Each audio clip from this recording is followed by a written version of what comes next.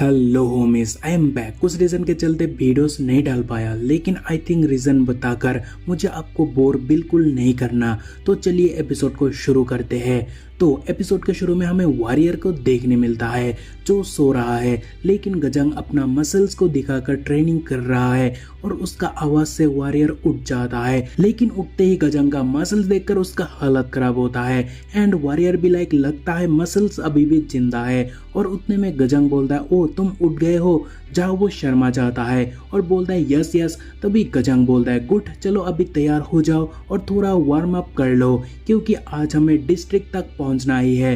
तभी वॉरियर पूछता है, बाय द वे, क्या आप मार्शल आर्ट्स को यूं ही ट्रेनिंग सीरीज के तौर पर ऐड ऑन किए हो, और वो भी अपने एक्सपीरियंस के थ्रू? क्योंकि जितना मैं देख पा रहा हूँ आप हैंड टू हैंड कॉम्बैट पर बहुत अच्छे हो, लेकिन शॉट से भी कुछ कम नहीं हो। जहाँ वो सुनकर गजंग भी I just picked whatever I could, यानी भाई का कहना है मैं सब कुछ उठा लेता हूँ। लेकिन तभी वॉरियर पूछता है, लेकिन क्या कोई खास बात नहीं? जहाँ तभी गजंग भी आखिर तुम भला मुझसे इतना सवाल क्यों कर रहे हो? जहाँ वॉरियर कहता है, यूं ही मैं तो बस जानने के लिए क्यूरियस था। जहाँ गजंग भी क्यूरियस होने की कोई जरूरत नहीं है क्योंकि जो मेरे सामने होता है मैं उसे पिक करता ही हूँ। यानी भाई का कहना है इसमें कोई दिमाग लगाने की जरूरत ही नहीं है क्योंकि उसका मन जब जो होता है वो उसे ही करता है। और फिर वो आगे बोलता है, इस तरह से जीने के लिए तुमसे जो हो सके तुम्हें वो करना ही होगा।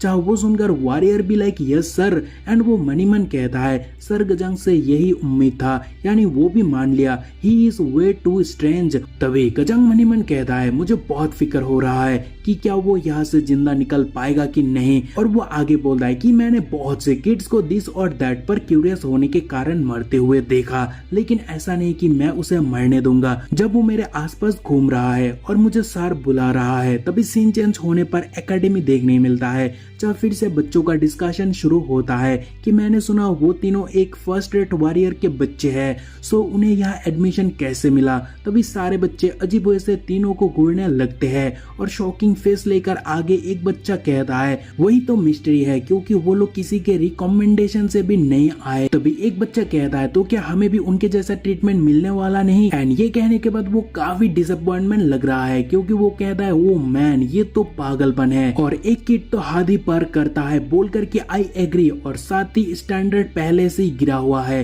और फिर किड्स आगे बताने लगते हैं, सचमुच स्टैंडर्ड काफी गिर चुका है जो वो लोग किसी को भी एकेडमी पर एडमिशन दे रहे हैं। एंड हमारे बच्चे ये सब बातें सुन भी रहे हैं। और ये सब सुनकर दोनों भाइयों का कहना है, डैड का कहना है, सॉरी बास्टर्ड बहुत बातें करते हैं और बहुत बातें वो इसीलिए करते हैं ताकि वो फैक्ट्स को छिपा सके कि वो बस कचरा है और हम बहुत ही खास। तभी सारे बच्चे तीनों को फिर से प्रैक्टिस करता हुआ देखकर कटाक्ष मारने लगते हैं, क्या वो ओपन गेट प्रेशर स्ट्रोक नहीं? तभी दूसरा बच्चा कहता है कि यार ये तो बहुत ही बेसिक मूव्स है, एसोसिएशन का हर वॉरियर ये कर सकता है। तभी एक और बच्चा बोलता है, जब उनका बाप इतना लो लेवल वॉरियर है सो उनसे भला क्या और उम्मीद किया जा सकता है? शुक्र है कम से कम इतना तो कर रहे हैं। तभी ये सुनने के बाद गोंग म्योंग उन्हें गुस्से से देखता है।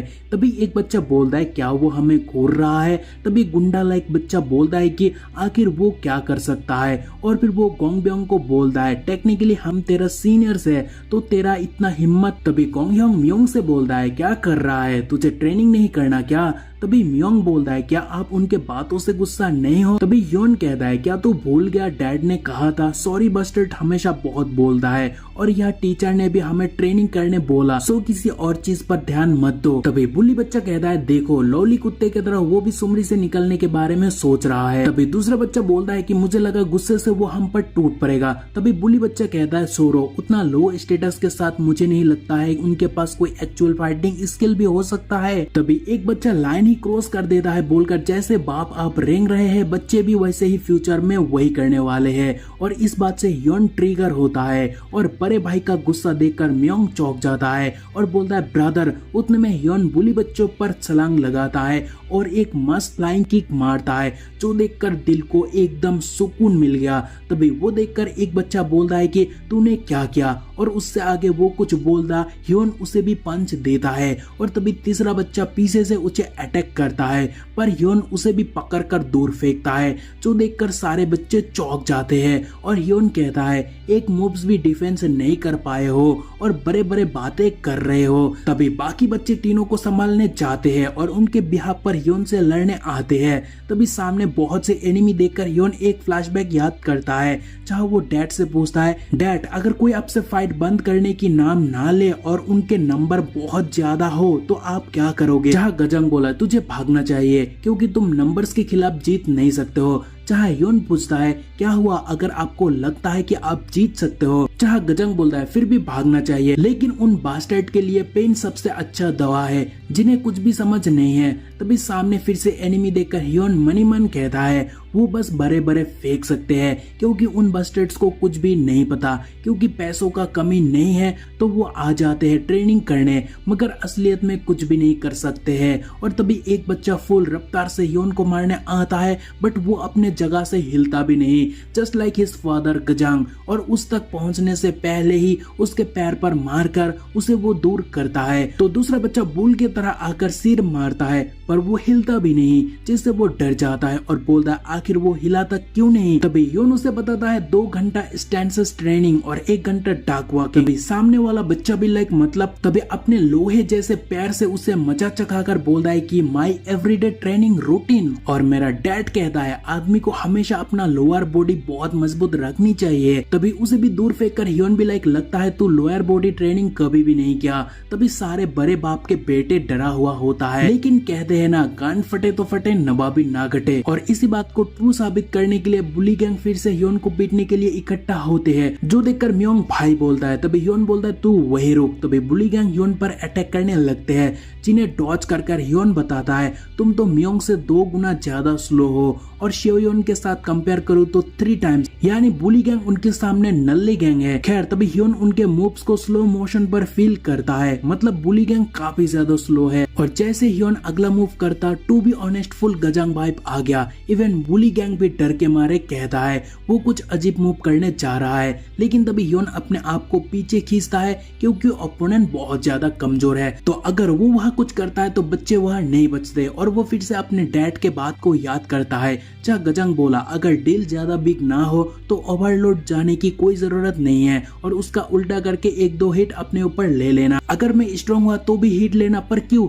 जहाँ गजांग बोलता है, अगर न्यूबॉर्न बेबी सामने आ जाए तो क्या तुम उन्हें हिट करोगे? डैम इट ब्रो, गजांग के इस स्टेटमेंट ने तो बता दिया कि बड़ा बेटा कितना ताकतवर है। जहाँ तभी ह्योन बोलता है, ऑफ कोर्स नॉट, मैं कभी भी बच्चों को हिट नहीं करूंगी। जहाँ गजांग बोलता है, ये हुई ना बात, सो वीक गाय भी तुम्हारे सामने न्यू बेबीज की तरह ही है। भाई समझ रहे हो बच्चे कितना ताकतवर है। तभी गजांग बोलता है, सो जस्ट उनके हिट अपने ऊपर ले लेना और तब उनका हिट तुम्हें हार्ट भी नहीं करेगा। और तभी ये सोचकर ह्योन कुछ हिट अपने ऊपर ले लेता है, लेकिन जो मार रहे हैं उनके ही हाथ दुखने लगते हैं, लेकिन कंटिन्यू मार खाने के कारण उसके नाक से खून बहने लगते हैं। तो म्योंग बोलता है, भाई आपके नाक से खून बह रहा है। और तभी बुली गैंग साइमल्टेनियसली ह्योन के ऊपर चार्ज करने लगता है, तो ह्योन का दिमाग थोड़ा सा सटक जाता है और वो उन्हें वहां कुत्ते की तरह फिर से कूटने लग जाता है और लेटा देता है। और यह वो थोड़ा रेस तो दिखाया बट ऑल आउट नहीं गया। उतने में बुली गैंग का खेल खत्म, लेकिन सबको हार्ट देखकर वो परेशान होता है, मीन जैसा बाप वैसे ही बेटा,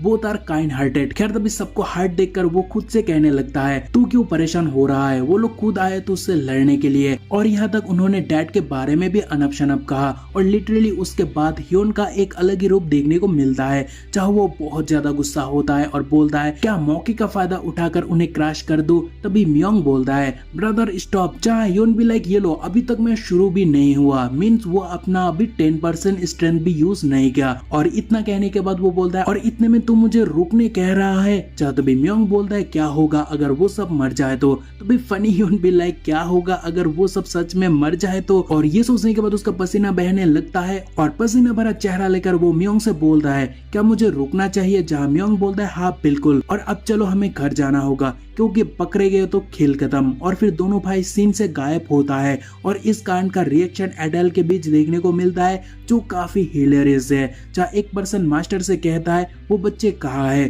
जहाँ दूसरा पर्सन बोलता है प्लीज उन्हें यहाँ बुलाओ। जहाँ उनके बार बार पूछने पर मास्टर बहुत ज्यादा फ्रस्ट्रेटेड होता है और बोलता है कितने बार बोलो बच्चे यहाँ नहीं है, क्योंकि दिन खत्म क्लास खत्म, सो बच्चे घर जा चुके हैं। तभी सारे एल्डर का गजब का रिएक्शन देखने को मिलता है, जो देखकर मास्टर कहता है सो अब हम कुछ नहीं कर सकते हैं, कल बच्चे आने पर पूरी कहानी पर नजर डालेंगे। जब तभी सारे एल्डर थोड़ा गुस्सा होने लगते हैं और ड्रैगन सेक्ट एल्डर यूनजा कहता है कि मेरा डिसाइपल मौत के मुंह पर है और आप कल तक का वेट करने की बात बोल रहे हो, सो बोलो अगर आप मेरी जगह होते तो क्या आप ऐसे ही बैठे रहते। और वह स्टील सैग लीडर ली शी मून का भी सेम कहना है। तभी मास्टर मनीमन कहता है अगर मेरा डिसाइपल होता वो भी एक डिवाइनेशन सेक्ट से तो ऐसा ना होता, और अगर ऐसा होता तो मैं तुम्हारे जैसे लोगों की तरह यहाँ ना होता, क्योंकि मैं शर्म के मारे चूहे के बिल में छिप जाता। तभी लीडर नाजोंग को सोचता हुआ देखकर ली मून कहता है कि क्या आप शर्मिंदा हो कि हम बच्चों की मैटर पर इन्वॉल्व हुए हैं।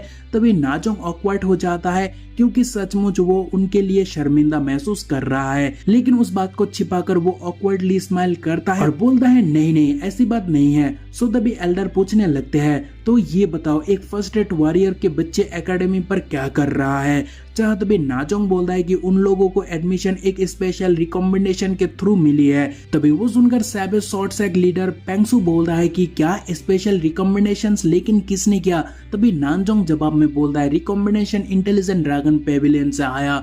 तभी वो सुनकर सारे लीडर बकवास करने लगते हैं, लगता है कि तब तो हमें उस इंसान को ढूंढना होगा। तो दूसरा बोलता है कि हमें जल्दी ड्रैगन एसोसिएशन से मीटिंग फिक्स कर बात करना पड़ेगा, क्योंकि हम ऐसे ही बैठ नहीं रह सकते हैं। तभी तीसरा शख्स भी लाइक ड्रैगन एसोसिएशन उनको चुनते हैं जो आगे जाकर एसोसिएशन को लीड करते हैं। सो उसके लिए वो लोग फर्स्ट रेट वॉरियर के बच्चे को क्यों चुने। तभी वो सारे बकवास सुनकर नाजोंग भी लाइक आखिर ये सब तभी क्यों हो रहा है जब मैं इंचार्ज हूँ। और फिर वो सबसे कहता है देखो इन सब से मेरा कोई नाता नहीं है, सो तुम लोग एसोसिएशन जाकर डिस्कस कर सकते हो। लेकिन तभी एंट्री होता है लेफ्ट फिस्ट राइट स्पेयर चुनली संग का। हाँ ये वही बंदा है जिसने सबसे पहले बच्चों की काबिलियत को समझा और वो एटीट्यूड से कहता है क्या चल रहा है। तभी सभी लोग उन्हें ग्रीट करता है कहकर कि सर चुन आपसे मिलकर बढ़िया लगा, पर ये सिर्फ दिखाने की बात थी, क्योंकि सर चुन को वहाँ देखकर एक भी एल्डर खुश नहीं है, क्योंकि ग्रीट के दौरान सभी मनी मन कहने लगते हैं लेफ्ट फिस्ट राइट स्पेयर आखिर मार्शल ड्रैगन पेविलियन का ब्रूट यहाँ क्यों है।